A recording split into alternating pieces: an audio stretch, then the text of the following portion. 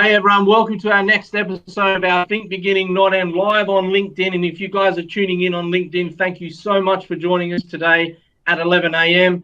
For all my friends and colleagues joining us from the US, thank you so much for tuning in. And for my friends and colleagues in the UK, if you've jumped in and joined us, thank you so much, because I know it's 2 a.m. your time over there. Now, really excited about today's special guest, you guys. This is something for everyone. So, you know, our podcast is generally about sustainability, packaging, and learning how to take care of plastic and thinking very much about the beginning and not the end. But today's special guest, beaming in from California in the United States, is an exciting one, and there'll be something in that for everyone. If you guys can just let me know in the comments that you can hear my audio nice and loud and clear, give me a big thumbs up. Hey, Pam Meek, great to see you from the US. Thank you so much for joining me. I'm just going to let you guys know from the outset that I have had a few technical difficulties on a couple of the other LinkedIn lives. So if there is a problem, please bear with me. And if you see me looking over to the right here, it's because I'm looking at a comments feed, and I want to engage you guys as much as I can in the comments feed above. So if you do have a question, please throw it in the comments below.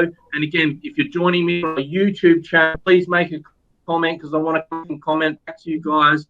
If you're joining me on Facebook, I'd love to see you guys make a comment. I don't have the live comments feed on Facebook at the moment, but I will definitely get into any questions that you might have. So without further ado, I'm going to get our special guest in. Our special guest today, now I've got to read the rap sheet here, because John is such an accomplished person, not only in business and sales and marketing, but he's a renowned speaker. So without further ado, I'm going to bring John in 2 seconds. But today we've got John Lees joining us, who was the marketing and sales director of Schwarzkopf in Australia and New Zealand, and became a consultant for the company.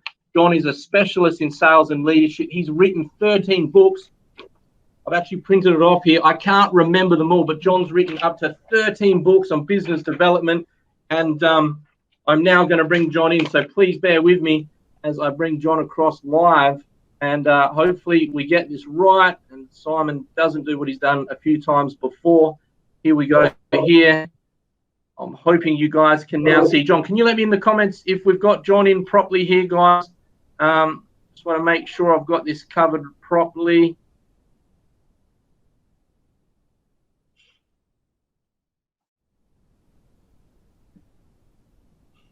Okay, John, I think we're live. Guys, can you see that live from John? Just let me know in the comments. Thank you so much. I am still learning how to use this platform properly. Without further ado, John Lees joining us from California in the United States. Thank you so much, John. Really appreciate you making the time to come on and share customers, share with our audience all of your knowledge and experience from many years. Okay, well, first of all, Simon, thank you for the invitation. And I hope we can do more sessions if people find it to be interesting and helpful and enjoyable. And I hope that the people watching, whoever they are and wherever they are keeping well, you know, based on the situation that everybody's facing. But anyway, I'm looking forward to the session. And as I said, thank you for making it happen. Really quickly, John, I have shared this in a post.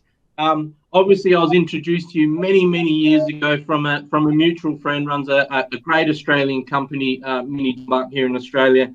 Darren gave me these cassette tapes, which I want to share with everyone.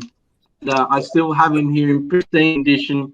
I used to drive around in my car listening to these, and I used to annoy the living daylights out of my wife, Narelle. I used to drive between my hometown of Naracoorte and Adelaide.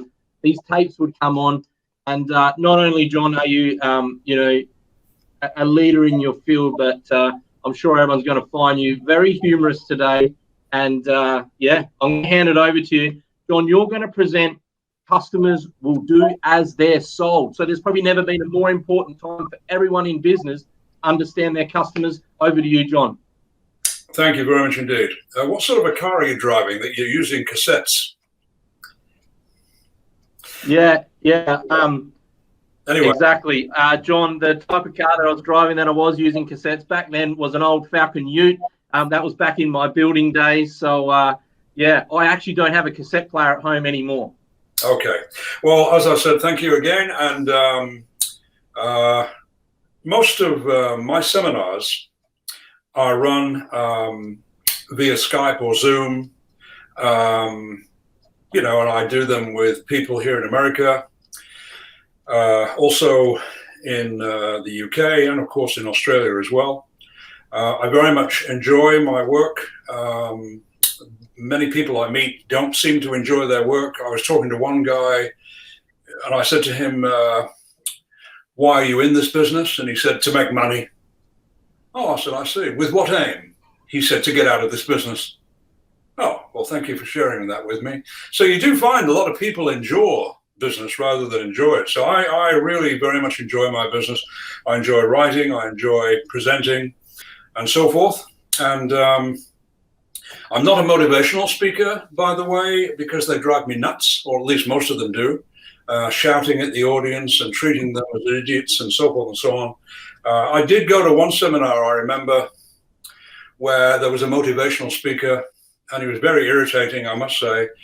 And then he said, okay, I want you to imagine that you have just died and you are displayed in an open white coffin, and people are passing by the coffin. And my question to you, the audience, is what would you want people to say about you as they walk past your open coffin? Yes. And he pointed to a lady. She said, well, I would want people to say that I was an asset to society. Oh, he said, well, that's very nice. Yes, sir. Yeah. What do you have to say? And this guy said, well, I would want people to say that I was a giver. I was always a giver. Oh, fantastic. Thank you. And then, unfortunately, he turned to me. And he said, yes, thank you. What do you want people to say as they walk past your open coffin? I said, well, to be honest, I'd want them to say, oh, look, I think he just moved. So I'm not a motivational speaker. I don't get involved in all that kind of nonsense or what have you. So as I was saying, most of my seminars these days are run right here from my home in Northern California in a place called Sun City, which is in Lincoln, California. And it was a mistake on my part, really, because I thought it said Sin City, but I'll get over it. It's not a big deal. So the last time I did a seminar, I had to fly down to San Francisco. And boy, talk about a day. It was incredible. First of all, on the flight, I was sat next to a lady. And, I just trying to be polite. And I said, hi, how are you? And she said, if you must know, I've got a lot of problems right now. Oh, I said, well, I'm sorry to hear that.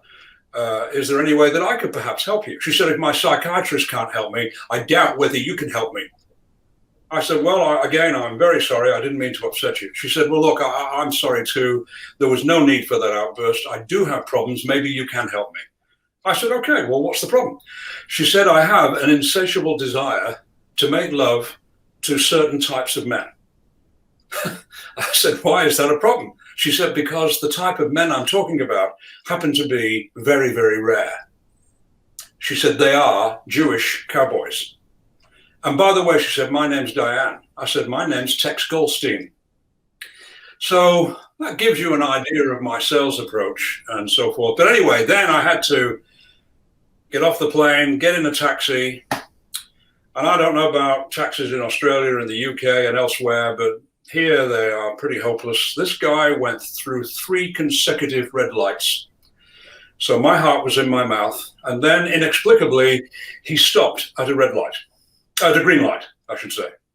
And I said to him, why have you stopped at the green light? He said, you never know when another taxi could be coming through, which I suppose made sense. We then got to the hotel where the seminar was being held. I said, thank you very much. He said, that's my pleasure. I said, I wasn't talking to you. I was talking to God. I then got into the hotel. The general manager came over to greet me. That doesn't happen very often. He was French, by the way. And I knew he was French before he even spoke to me. Because as you would know, the French have an interesting sound when they talk, or before they talk. That kind of thing. And he came over, he said, are you Mr. Liz? I said, yes. He said, welcome to the hotel. I want you to know this is not your hotel. And I also want you to know it's not my hotel. Mr. Lees, this is our hotel. I said, really? He said, yes. I said, good, let's sell it. Unfortunately, he didn't agree with that.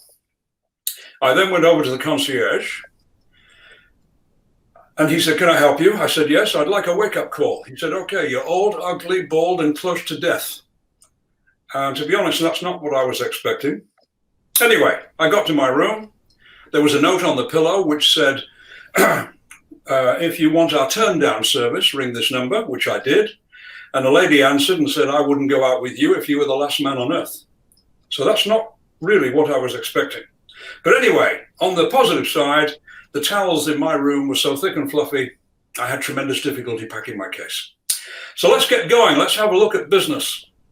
So the seminar title, as Simon mentioned, is Customers Will Do as They Are Sold. I'm not talking about sales techniques, by the way, because they drive me mad. I hope they drive you mad. They certainly drive customers mad. Just to give you an idea of what I mean, weak sales techniques that you can see coming a mile away. And a salesperson can use 500 words if she or he likes, but the customer can defeat them using only one word. And I'm sure you know what that word is. So for instance, when I was in Australia running my own company, which was training and consulting and speaking and so forth, occasionally reps would call me. And one rep called me and I don't want to miss out on a better mousetrap. So I called him in. And he said to me, okay, Mr. Lees, I've got a question for you. I said, okay, what is it? He said, what do I have to do to get your business? I said, could you repeat that, please? He said, yeah, what do I have to do to get your business? I said, that's very interesting. So you've got no ideas then? You have no ideas on how to get my business. So you want me to tell you how you can get my business. What an interesting concept. Tell me, will I be paid a commission on this sale to myself? So that's the kind of nonsense that goes on in selling. So today, when we talk about customers will do as they are sold, I'm talking about positive influence, okay? And what I have to say, if customers heard what I'm saying today, then I think they would fully approve. I hope they would anyway. So let's get started and have a look at the big picture of business. So first of all, we see... John, this whole topic is just so relevant right now for so many, right? What was that again? I said exactly this is so relevant for so many of our viewers tuning in. Like what you're about to show is so very relevant. Well, I hope so. I hope so. So here is the world of business. And this is where all the people in business reside. You're in there somewhere. I'm in there somewhere. You will always be in there, by the way. I know some people might say, well, what about retirement? Well, you can retire whenever you like. That's up to you. But even when you retire, you will be a customer of other businesses and you will be interested to know how you are treated. And if you have children, it's almost definite that they will go into the world of business. So we should have respect for business. So here's all the people. Here's all the businesses. There they all are in a pyramid. And then we get to see all of the results created by these people. And, it's really a simple line of thought that if you want to get results from the market you serve, then you better sell results. Don't sell products, okay? People have got products coming out of their ears. Same with services. They've got complete access to both products and services. We have to sell results. And what I mean by results is a positive improvement in their situation. Don't sell change, sell improvement. So now we have a closer look here and we find that very few people, very few businesses at the top generate most of the results. Absolutely remarkable. Here we have women, we have men, older people, younger people. Some of these people here went to university. Some of them left school at an early age, but these people remain students all the days of their life. Why would I be in business and not keep learning? So one of, my assumptions about you, I have 3 assumptions about you in total. The first assumption is that you're very good at what you do. I'm sure you are. Otherwise, you wouldn't have tuned in. Number two, it is possible for you to get better. I certainly hope so. And the third assumption is that you want to get better. Okay, and that's why we're here today, and that's why Simon invited me to get involved in this session here today. So, very few people. Some of these people are very outgoing, very confident types. Most of the people I meet up here are quiet. I don't mean withdrawn, just quiet. When you go to see doctors, do they tend to be noisy or quiet? Quiet. They don't need to be noisy. They are valuable. That's what we need to be, valuable. So people at the top generate most of the results. Very interesting breed of people. These people here understand that there are two economies, not one. There's an economy outside the business and there's one inside the business. The one outside you should know about, but there's nothing you can do about it. Whereas the inside of your business is called the second economy, and you have complete control of it. For instance, is it possible for you to deal with more new customers? Most people say yes. Is it possible for you to do more for the customers that you've got now? Most people say yes. Is it possible for your sales team and service staff to do better than they do today? Of course. Is it possible for you to do better? Of course. So you're sitting on a gold mine. You're sitting on an absolute gold mine. And then we come to the base of the pyramid, and an enormous number of people and businesses generate next to nothing, which is interesting from my point of view, because as far as I know, I hope you share this belief, these people as human beings are designed to be as successful as these people. So this is not some reserve for special types, as I've already mentioned. The people down below have 1 foot on dry land and 1 foot in the water. They don't take it too seriously. It's as simple as that. These people are order takers. Okay, you know what an order taker is. Usually very nice people, but they only help customers with what they ask for. And that's it. These people are sales makers. And I'll come back to this a little later. A sales maker is also a very nice person, but they make sales, and they do so by creating opportunities for customers. That's what they sell. Opportunities, productivity, results. So the people at the bottom generate very little. Then we have the people in the middle who generate average results, mainly because they have decided to be average. So they copy what everybody else does. What's the latest thing? Is it mission statements, value statements? Whatever it is, they will copy those people, but they don't think for themselves. It's easier not to think. So here, the question for me has always been, how come so few do so well? And by the way, these people have exactly the same problems as everyone else. They're facing the coronavirus, all the problems associated with it, the negative impact that it's had on our economies, our businesses, our staff, and so forth and so on. No question about it. But, we also have to look and say, at some point, it will hopefully dissipate and disappear. And then we've got to remind ourselves, okay, well, let's exert some control here, and let's be better than we were before, which is one of the reasons we're doing this seminar. So the people at the top generate most of the results. Now let's have a look at why and how they do it. So let's say this is the market. And in that market, there's a gap. And this gap here is simply what I refer to as the first gap in business, the first service gap. This is where you attend to people. And this gap, as you would know, is absolutely full to overflowing. It's highly contested, highly congested. And this is where we deal with the customer, or whatever you call them. There are different names: clients, consumers, customers, whatever. This is where we hear about what they want, if indeed they ask us for anything. And then we must listen to what they want. So this is the order taker mentality at work, and most salespeople are order takers, and it's not their fault, it's management's fault. Salespeople dance to the tune of management, okay?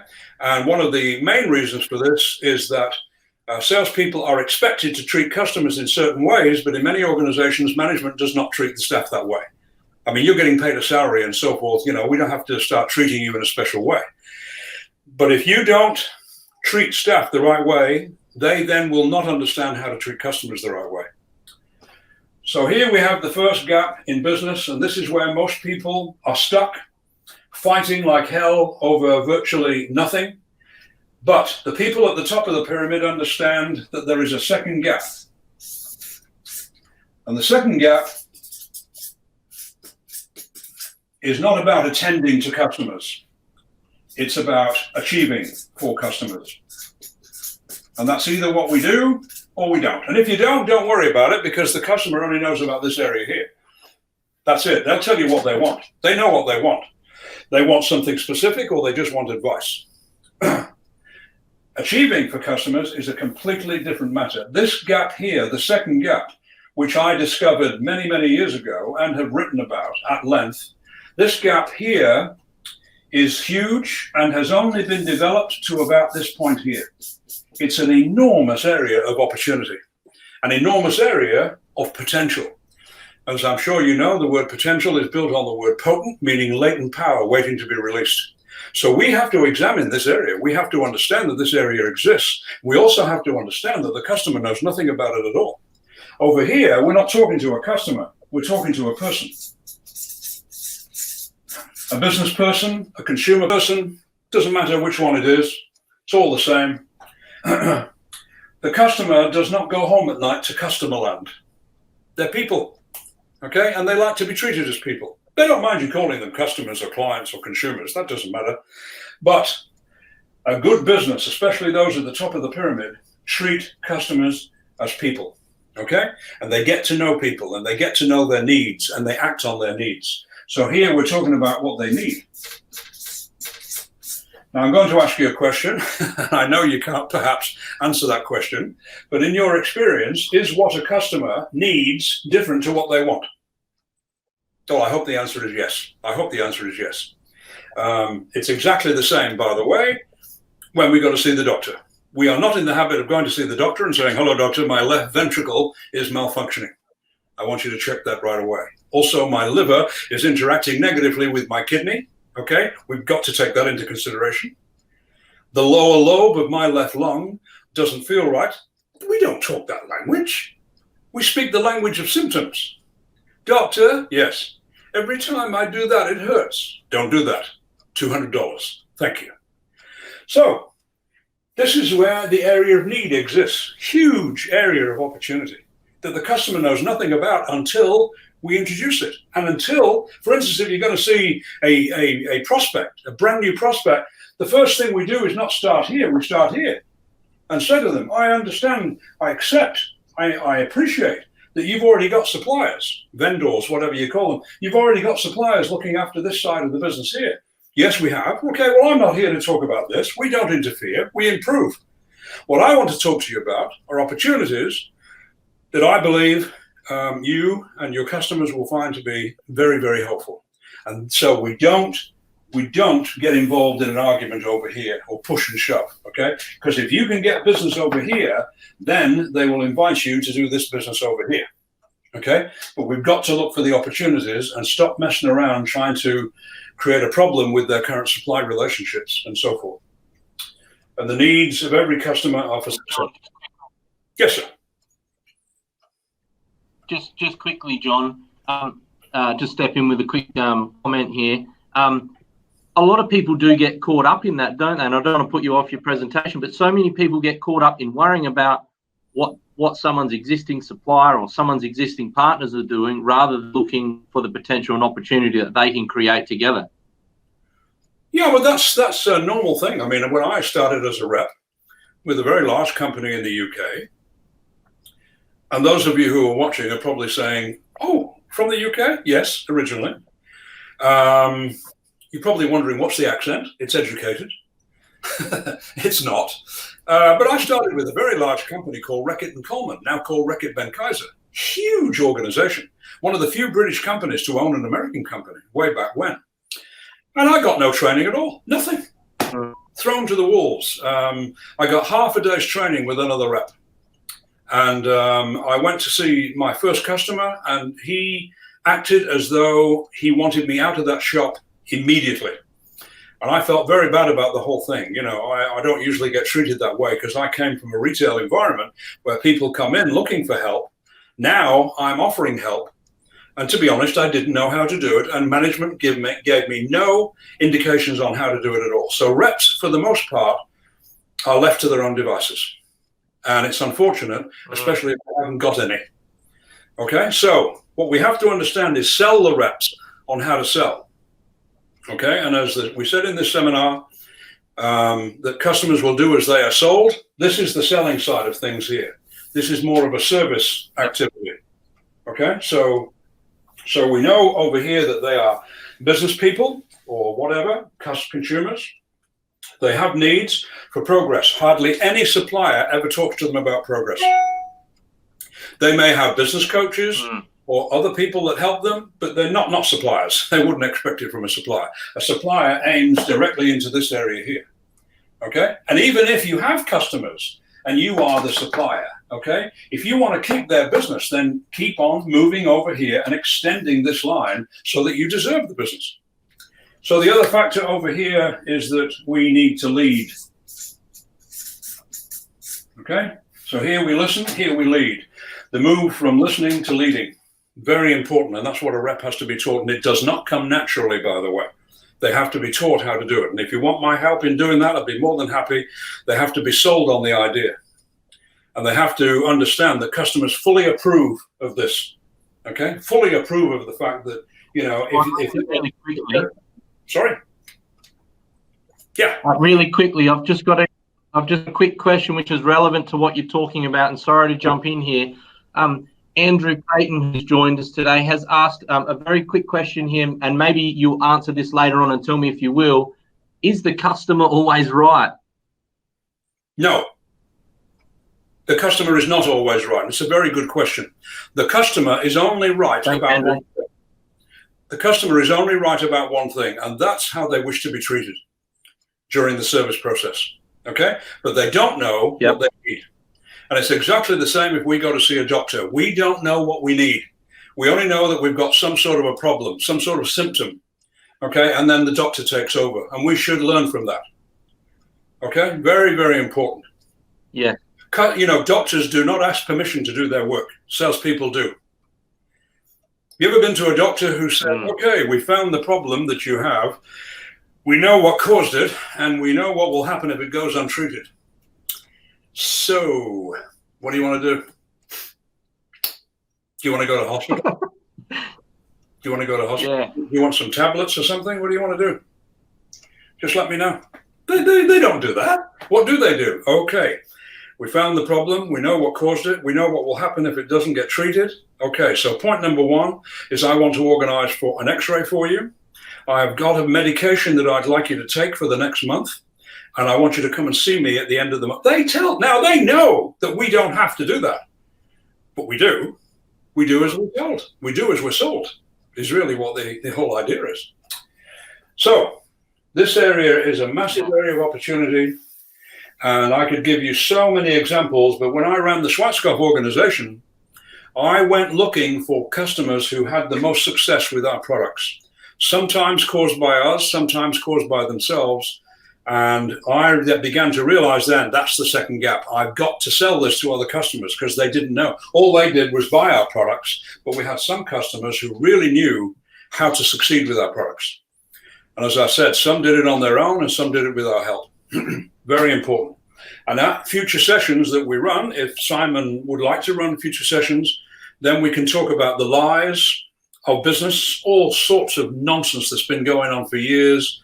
So we'll talk about that. And we can also talk about how do you get into the second gap in more detail.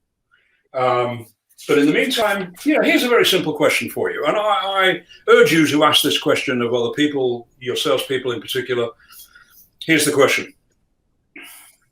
What does a restaurant sell? Now, what will people say? Well, the usual answers I get are food. Or some people will say service. And of course, the food and the service is absolutely critical, but that's not what they sell. What do they sell? A very enjoyable experience. That's why we go to restaurants. What would be the point of going to a restaurant if all we did was buy food from the restaurant? We could have bought it ourselves and grown it ourselves or whatever, and saved a lot of money. So we don't go to a restaurant simply but for the food or for the service. They both better be good. Okay, we go for a pleasant experience. This is called a value gap. The distance between what a business sells, which is access to products or services, versus what a business charges for. Okay, and most businesses only sell what they charge for. They do not sell opportunities for people, such as a pleasant experience and so forth and so on. So, John, I'll just quickly pause there and just ask everyone to please make a note of that. John, just repeat that again for our viewers and listeners. Sure, about that particular gap. I think everyone can get a pen out and actually write this one down. It's very, very important for everyone out there. What is it again, John? Here we go. I'll show you. So there's the value gap. And it's split in two. Okay? This is what we charge for. This is what we sell. Okay? This is access to products or services. This is success with products or services.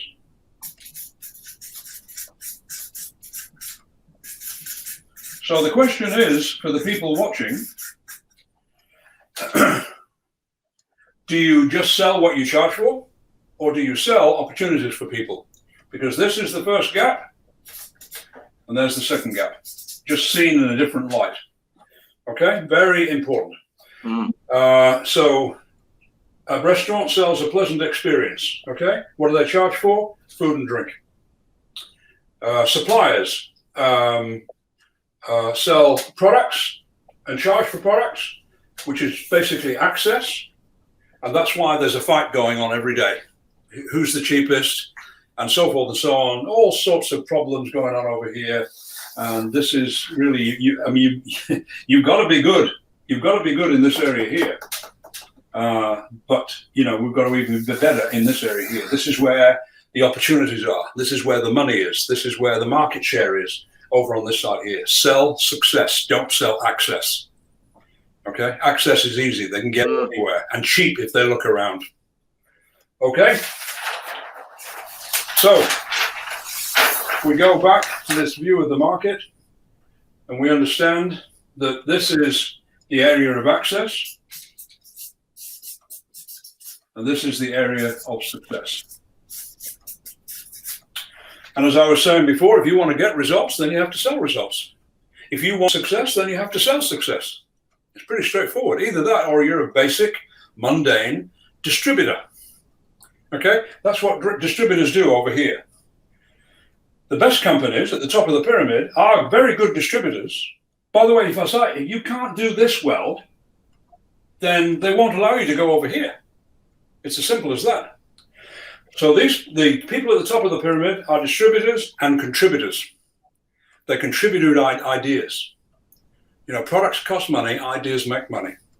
They sell ideas, they sell opportunities, and they can back it up, by the way. And one of the future sessions can be, how do they get into the second gap? How do they do that? What behavior is required? What kind of persona is required? We're not asking reps to begin acting.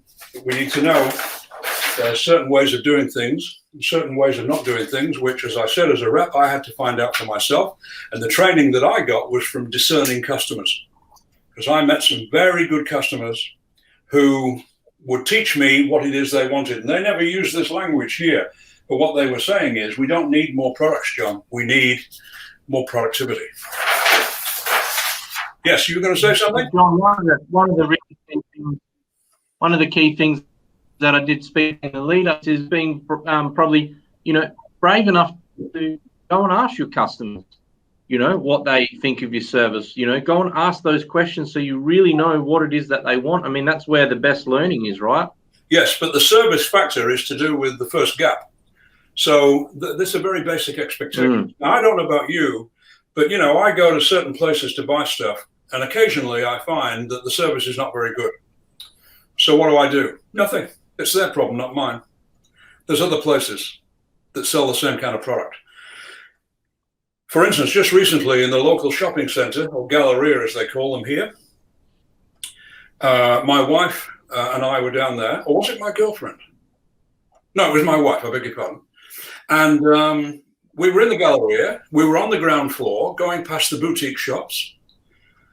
And my wife said to me, I just want to go into this shop here, which was a dress shop. And I said, fine. I sat down, got my phone out, checked for messages. She was out of that store within 2 minutes, which is very unusual. So not only because I'm a husband, because I'm interested in this sort of thing, I said to her, what happened? And in very simple consumer language, this is what she said to me.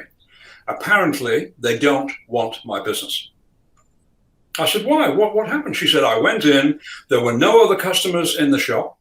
There were 2 salespeople talking. They saw me. They both saw me.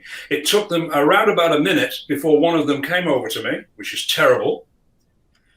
One of them came over to me, and with a very dour expression on her face, she said, yes, how can I help you? And then I told her, and she showed no interest whatsoever. And she said then to me, I then made a quick exit. I made up a reason to leave, and I left. Okay, freeze the frame. Did they make a sale? No. Is she going back? No. Will she tell her friends about this unfortunate incident? Yes. Number 4, the most important, did she tell management? No. So remember this, ignorance is not bliss. You either want to know or you don't want to know. Same with health. Take Mr. A and Mr. B. Mr. A regularly goes for a health check. Mr. B chooses not to. Question, who will find the most health problems? Mr. A. Question number 2, who's in control of his health? Mr. A. Now, Schwarzkopf, one of the things that we did, and it was by accident, but carried on purpose, was we formed a board of customers. Our customers were salon owners, very, very nice people. Some were running quite large operations, others were running small operations, but they were all very progressive people. And we sat down with them, sometimes for a day and a half at a time, and we got all the feedback, that they wanted to tell us. Nice feedback, not so nice feedback about our reps, about our service, about our products, you name it. And as a result of getting this feedback, I'm proud to say, and I'm not boasting, I became the most depressed executive in our industry. Yeah. You say, what do you mean by that? Well, there's 2 forms of depression. There's positive depression and negative depression. Positive depression is when you know you've got a problem and you've got time to fix it. Negative depression is when you've got a problem, but you don't know what it is, so it fixes you. So you make up your mind what you want to do. So we spoke to customers on a regular basis. I might add, by the way, they enjoyed the meetings more than we did. So I would do presentations to them and so forth. But the one thing that we found, apart from their basic feedback, was the area of need that they had. Huge areas of need. How to run their business better. How to hire staff better. How to train staff better. How to sell to their own staff so that the staff were sold on what they had to sell, and so forth and so on. And we started to provide them with services that nobody else did. We were up against giants, great companies such as L'Oreal and Wella, and all they did was supply products in the first gap and service in the first gap, which they were very good at. But they did not get involved in the second gap, which was helping their customers to succeed. So I started writing articles every fortnight for our customers. I started creating training programs for them to use in the salon. I started using strategies they could use for selling. Absolutely, over at least a number of years, we provided them with an enormous amount of contribution, some of which they paid for, not with any profit to us, just simply to cover our costs. And in other cases, they cost them nothing. They were very grateful. They never expected it. And so we had to do a good job selling products and so forth. but this was selling opportunities and success for them. So let me give you an example of, when I learned how important it was. I got on a plane from Sydney to Perth. By the way, my wife and I lived 45 years in Australia, and we're probably going to go back at some point, sometime soon. We'll see. I got on a plane from Sydney to Perth. Guy sat next to me, talkative type. And he said, "Who are you with?" I told him I was with Schwarzkopf. And then he said, "You're kidding. I'm with," and then he named a competitor. And I thought, boy, I've got to spend 4 or 5 hours now sitting next to a competitor. And he said, "What a bunch of idiots hairdressers are, aren't they?" That's exactly what he said. And I said, what do you mean? "Oh," he said, "they're the worst business people I've ever met. They're hopeless at marketing, hopeless at management, hopeless at selling, hopeless at service, hopeless at, they're hopeless. They're the worst business people I've ever met." And for as long as it took him to tell me that, I then realized why we had market leadership, because we did not think of our customers like that. Okay? Very, very important. And one of the sessions that I would like to do with you, based on whether Simon agrees or not, is an idea called center field marketing. Get involved with your customers. Most companies are touchline marketing. That is like the guy on the plane. They watch the customers fail, and they don't realize that the customer's failure will cause their failure. So, it's in our interest to do something about it. And there was nothing, there's nothing big-headed about any of this. We wanted them to succeed. We needed them to succeed. And generally speaking, and we gave them a conference every year. Again, they paid for it, but we, helped them to pay at a lower price. And we also did 3 professional PD days a year, where I went around Australia and New Zealand offering ideas and so forth, getting feedback and so forth. No other company did this. We did. We got market leadership, and that's why I was asked by Schwarzkopf, to go to America, to Canada, to the United Kingdom, to South Africa, to Western Europe, to share these ideas with those companies. Anyway, so I think we've only got a couple of minutes left. Would you like me to finish now, Simon? Yeah, if you want to work towards a finish there, John, that would be awesome for our audience. While you're getting up the next part there, I just thought I'd just very quickly, John, just acknowledge a few people that have jumped on here. We've had Carol from the UK from our team. We've got Josh. We've got Jayshi, who's jumped on there. We've got Pam, who's also come on live. Andrew Payton, thank you very much. Andrew's the one who asked the question about customers. And then also over on the YouTube channel and Facebook page.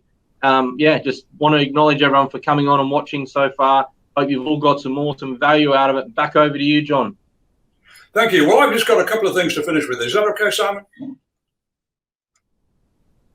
Absolutely. Okay, all right. So here we go. Very quickly. There's 2 lines in business. This one is to do with sales. Comes in 3 varieties: high, average, and low. This is what we hope to get from customers. Doesn't sound nice when you put it like that, but everybody has to know about this. We have to know what our targets are, what our success rate is. We have to share this with our salespeople, so forth and so on. So this is very common, okay, the line of what you want to get. But based on the law of cause and effect, there's another line that a business needs to understand. And that's what we're going to give. Okay, and what you give will depend on what you get. And don't blame me, I didn't make the rules. Okay, so the further you go up this line here, the higher your sales will be. So this is to do with service times 2. So here we have basic service. This is helping customers with what they want. And advanced service, which is to do with the second gap. Advanced service, and this is to do with what people need. And what they need, on the one hand, is to go higher, but if they're going to get higher, they have to give more. So, once you're very good at giving people what they want, all you'll get is average income. Okay, so we have to learn how to keep raising the bar, okay? because this is where the money is, this is where the action is, this is where our reputation is, and so forth.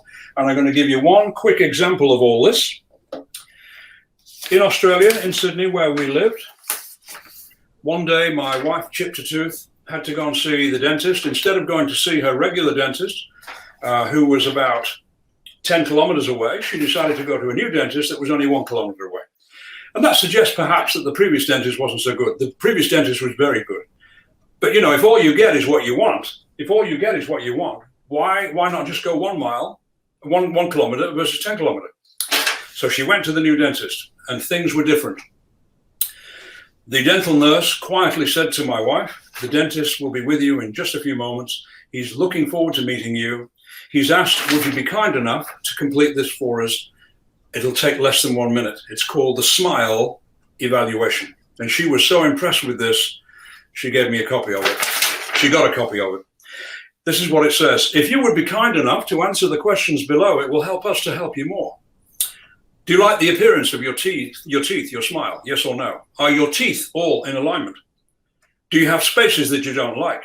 Do you like the color of your teeth? Do you like the shape of your teeth? Are your teeth chipped, protruding, hidden? Are there all fillings or dental work that you don't like looking at? And the final question, what would you most like to change or improve in the appearance of your teeth? Now, according to my wife, I have no reason to disbelieve her. This took her only 1 minute to complete. And according to my calculations, it cost us about $8,000. Why doesn't the dentist mind his own business? So that's exactly what he was doing. Yes, that's exactly what he was doing. Okay, what was he selling? What was the dentist selling? Cosmetic dentistry. Where was there a mention of it on here? None. Speak the language of the people you serve. Don't speak the language of your industry. It may make you feel big, it just makes them feel small. Okay, and neither the dentist nor my wife had any time that day to do anything about addressing these needs here, but he sowed the seeds, the need seeds. Very good example of operating in this area, helping her with what she wanted that day, and then helping her to realize how many opportunities there were. Okay, so to finish, I just want to, and the next time we have a session, I will go into more detail about this because I've got other examples I can give you about people who sell down here and people who sell up here. Okay, so Simon mentioned at the beginning that I've written 13 books. As I said, I love writing. One of the books is called The Move from Order Taker to Salesmaker. So the managing director and chairman of IBM in Australia was kind enough to write the foreword for it. So I can get this to you in PDF form. So all you have to do is get in touch with me with my email, and I will send it to you, and then you can distribute it to your staff or whatever you like. So I'll just give you my email address. So it's so for our audience out there, like I said at the start, I mean, John's incredibly generous, giving everyone a copy of his book, and he has written 13 books on business development. I haven't read them all, but I know they'll all be great. And John's now going to share with you his email address, where you can go and send him an email, and you can get one of his books that he will email to you on PDF copy. Thank you so much for being so generous with that, John. I know that you used to sell these books, and now you're going to give them to our audience if they email you over. Extremely, extremely generous. And I'll hand it back to you to let everyone know where they can come and find you to so there's request a copy of one of your books. I hope you can see this. info@johnlees.com.au.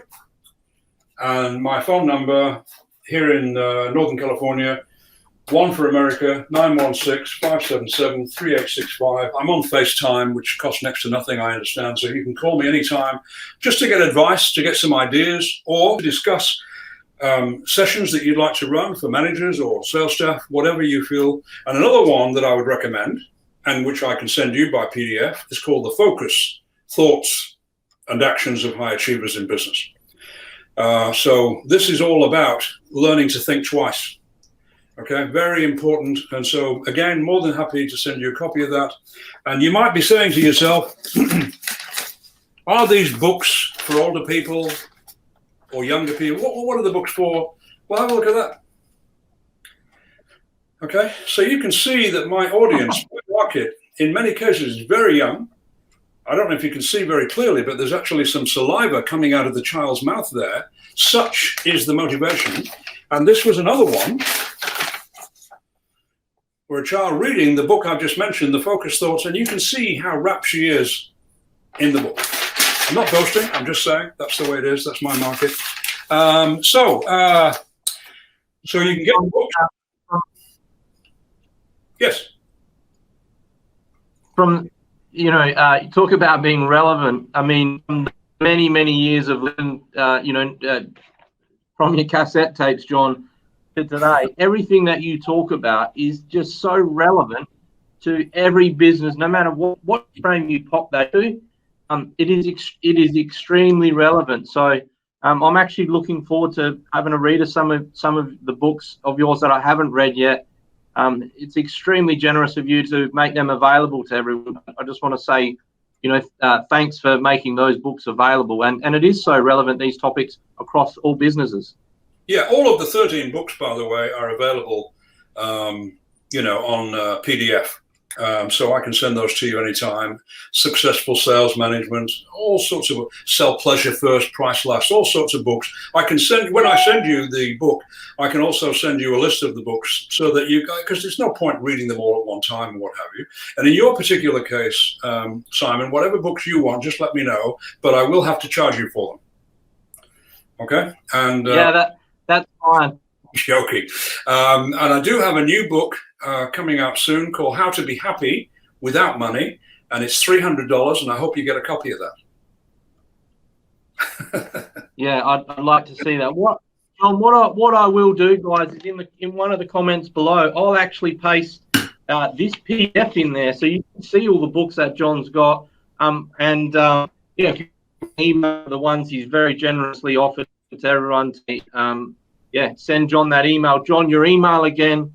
If you can just tell everyone your email again so they can shoot you an email if they want to get one of these books or engage with services. Yes, and the list of books too. So it's info, INFO, at John Lees, all one word, JOHNLEES.com.au. So easy to contact. I'm available pretty much most of the time.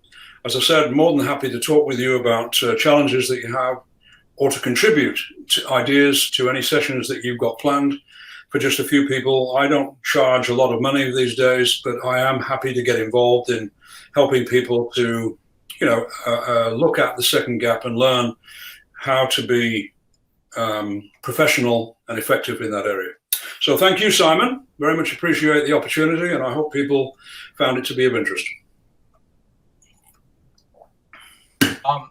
John, on behalf of our audience across LinkedIn Live, YouTube and Facebook, I just want to say thank you so much for making yourself available. As John mentioned a few times there, we are going to try and run some other sessions with John and cover some of these topics in a little bit more detail, which John and I will talk about that over the next week or so. But again, my life learning in business started by listening to these cassette tapes, and I am going to go and find a cassette tape now. Part of my role in recycling is also about reuse and repurpose, so I'm going to find a cassette tape player. My kids wanted to know what these were last night when I did get out, but thank you so much for making yourself available today, John. Thank you guys for tuning in to LinkedIn Live. It's an honor and a pleasure to be able to talk to you guys live. And it's a real pleasure and honor to have John come on with us today. And as always, with everything, always think beginning, not end. Our Think Beginning, Not End lives are powered by Vanden Recycling. And just a big shout out to everyone out there. Hope you have an awesome Thursday. Hope you got some value out of this. I really look forward to seeing you guys on the next live that we do. And please make sure you guys drop a comment in there. And let us know if you've got any questions. John and I will try and get into those comments after the session. Thanks so much for tuning in. And thank you, John. I'll let you go to bed. It's late over there in the US, and I look forward to catching up with you again soon. And as always, beginning, not end. Yeah, just one quick question, Simon. Did you pay? Yes. Did you pay for those cassettes? Did you? No, You didn't? I got them for, I actually got them That's for the free, trouble. and they're probably they're probably a collector's item now. I probably not only owe you for them, I think I probably owe Darren, who gave them to me, something as well. So I think we'll sort that out in the wash somewhere. All righty. Well, thank you again, and thank you to the audience. And as I said, contact me anytime. More than happy to talk to you. Thank you very much, John. See you guys. See you next time.